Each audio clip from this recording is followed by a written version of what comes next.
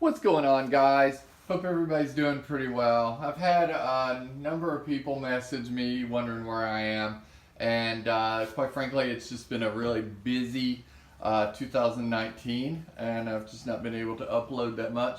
And I purchased a car, and I've started a YouTube channel on it. So I'll put a link in that channel below. Hope you guys will go and subscribe to that as well. But in the interim, I thought, it's 2019.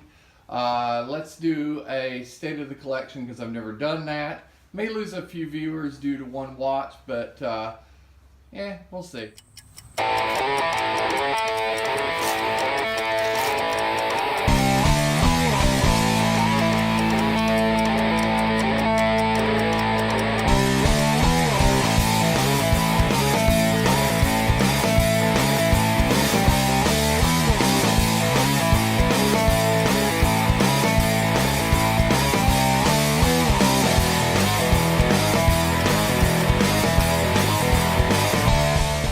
So I don't think I'm going to go in any particular order.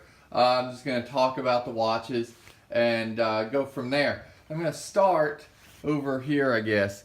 So this is a what is this? This is a Casio World Time. The World Timer, commonly known as the Casio Royale, although the more common one is this metal one here. This one is full vinyl. Full plastic, whatever. I use this a lot for working out, working on cars, that sort of thing. Excellent little watch for like $14. I highly, highly recommend it. Then above it, I have this vintage Timex. So this is a battery operated Timex. It is a 24-hour, or I'm sorry, annual calendar. Moon phase. Pretty cool little piece I picked up at a pawn shop that was closing. Also picked up this piece from a pawn shop that was closing. This is a Swiss manual wind. Also just the most interesting dial I think I've ever seen.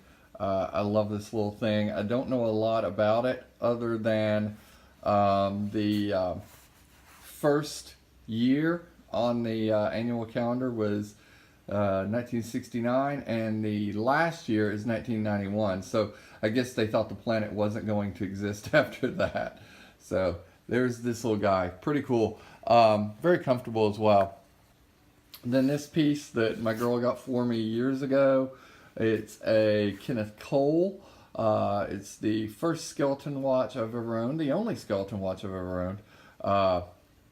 Very cool piece, and a lot of nice finishing work on the skeleton dial. I've changed the strap. It came on just a black leather. I put it on this blue because I thought it looked better. But yeah, that's that. And then that same pawn shop that was going out of business, I picked this guy up. This is a 1970s, obviously by the look, 1970s Timex. This is a manual wind as well. Yeah.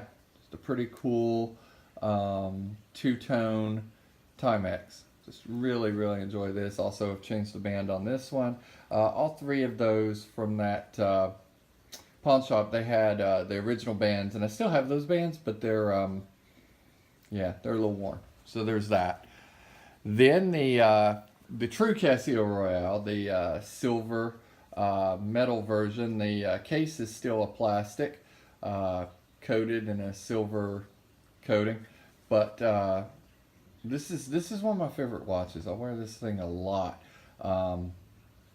Anything you want to do, it's going to do for you. So yeah, go back and look at one of my videos on it. Let's go ahead and get this guy out of the way.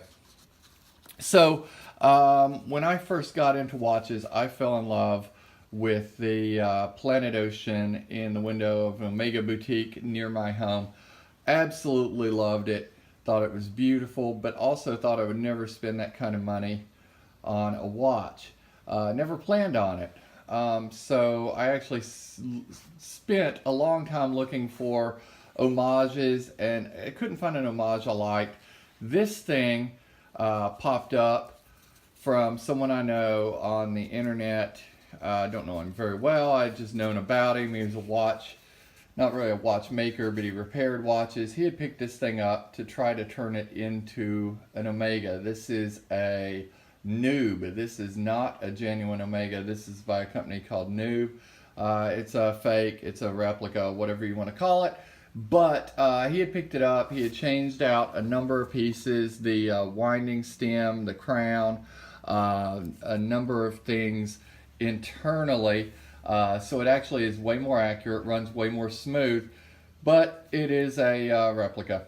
And I picked it up to try to decide if A, I wanted to spend that much money on an Omega, and B, if I like the orange, which I do. But anyway, I'm not going to ever get rid of it, because that watch, the true genuine watch, is kind of what made me fall in love with watches. This kind of fell me into a wormhole, or threw me into a wormhole of all these other pieces. So, you know, you may hate it that it's a replica, but I liked the idea of he bought something fake, tried to turn it into a genuine piece over time, and I guess he got bored with it, and so I took it off his hands. But anyway, there's that. But that brings me to the other Omegas in the case. I did decide I did want to spend more money, and did decide that I loved the Omega, the Planet Ocean. So we'll get to that. We'll continue that story in a minute. This is another piece that I've picked up. This one actually needs repair. The second hand is slipping, but this is a Bulova Space View from 1971. This is a conversion, also on one of my straps. But I just love the look. I love the watches from 1971. So because that's my birth year, so I picked that up. And then also from 1971, this is a modern watch that is built from a watch that was flown and used on a evac on the moon on 1971 in March, I believe. So yeah, that's one reason I picked this guy up. The Bulova lunar chronograph, the other moon watch, awesome. Yeah, love it. As you can see, I don't have a Speedmaster moon watch in here. I do love the Speedmaster moon watch, but they're so common that I can't do it. Yeah, maybe one day I'll get another. But anyway, I have this Speedmaster, which is a automatic from the 90s. This is the Speedmaster automatic date in the reverse Panda. This one was actually sent off to Omega for a overhaul, so you can see it looks brand new. That's because it's from Omega. This is on one of my straps. I do have the original bracelet though. Love it. It's a permanent collection. Never getting rid of it. And we get into another pawn shop find, which is this guy here. This is a 2015, 2016 era Tag Heuer. This is a Indy 500 version of the Formula One. This is also a Swiss quartz piece. Wasn't working when I got it. Had to open it up, confirm its genuality or its authenticness, and change the battery. But yeah, love it. And then kind of the staple in a lot of people's collection, the SKX 007, which I was sent, actually, a friend of mine sent me this watch, and I love it. I've changed the bracelet out to this beautiful, genuine Seiko. Came on a NATO, and I still have the NATOs and love it on NATOs. But you know, to be a little more non-TGV, I put it on the bracelet, and really enjoy it. Appreciate it. Thanks, Scott. That's amazing. Very much cherish it. So that makes two watches that I will never get rid of that were actually given to me. That SKX, and then the piece over here, the Kenneth Cole. Then we get into this one. This is another space watch. This is the Strela Seconda. This is a Russian or Soviet Union watch made by the first Moscow Watch Company, was the name of the watch company. The watch company was created by buying parts from U.S. manufacturers, or machinery from U.S. manufacturers, and then building their own movements. So yeah, very cool. All Soviet Union built. I have it on this modern bund strap, but I also have the original bund for this. But again, you know, it's the original, so it's a little weight. This one was probably a 70s version, although they made them from like 60, I believe 68 to 78. But yeah, absolutely love it. So there's that. Then we get into my only G-Shock. I like things that are a little different, so I had to do this G-Shock. G-Shock full metal square. You guys know all about this. One popped up on my work website. It was retail, so I just picked it up. Love it. Won't ever get rid of it, I don't think. Then we get into probably my favorite watch. I've done a review of sorts on this one, talking about the case back, talking about the fact that it was an award given out to someone at a military academy, by the military academy.